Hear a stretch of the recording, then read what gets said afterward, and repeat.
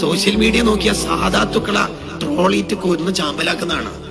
എന്റെ പ്രിയപ്പെട്ട മോമിനിങ്ങൾ, അമ്മക്ക് മോമിനായിട്ട് മരിക്കേണ്ടതാണ്. നമ്മൾ ആരുടെയും ബൂട്ടിന്റെ അടിയിൽ തല പണയം വെക്കാനുള്ളവരല്ല. രാഷ്ട്രീയക്കാര് രാഷ്ട്രീയത്തിൽ ഇടപെട്ടോട്ടെ, സോഷ്യൽ മീഡിയ ട്രോളന്മാര് ആ വഴിക്ക് പോയിക്കോട്ടെ. നമുക്ക് നമ്മൾ ഈമാൻ നഷ്ടപ്പെടാതെ നോക്കണം. അവരവരുടെ പ്രത്യയശാസ്ത്രത്തിൽ നിന്നോളി, പ്രശ്നമില്ല. പക്ഷേ ആരെയും ട്രോളരുത്, ആരെയും വേദനിപ്പിക്കരുത്. നമ്മൾ കളിയാക്കുന്ന ആള് ചിലപ്പോ അള്ളാഹുവിന്റെ ഔലിയാക്കളിൽ ഉന്നതനാണെങ്കിലോ, ചിലപ്പോ ഓട്ടോ ഡ്രൈവർ ആയിരിക്കും. അത് നമുക്കറിയാം. വലിയ ആണെങ്കിൽ പച്ചസാല നിർബന്ധമുണ്ടോ? ഇല്ല. വേഷങ്ങളൊന്നുമല്ല.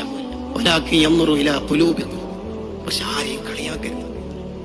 ഒരു നായനെ കണ്ടാലും നമ്മൾ എന്താ ചിന്തിക്കേണ്ടത്? ഈ നായ ഏതായാലും നരകത്തിൽ പോകില്ലെന്ന് ഉറപ്പാണല്ലോ. നമുക്ക് ആ ഉറപ്പുണ്ടോ? ഉണ്ടോ? ഇല്ലല്ലോ. ഒരു പ്രായമുള്ള ആളെ കണ്ടാൽ നമ്മൾ എന്താ കരുതേണ്ടത്? എന്താ കരുതണ്ടേ? ഇയാളത്ര ഈ ഭാഗത്ത് ഞാൻ ചെയ്തിട്ടില്ലല്ലോ എന്ന് ചിന്തിക്കണം. ഒരു ചെറുപ്പക്കാരനെ, ചെറിയ കുട്ടിനെ കണ്ടാൽ നമ്മൾ എന്താ ചിന്തിക്കണ്ടേ?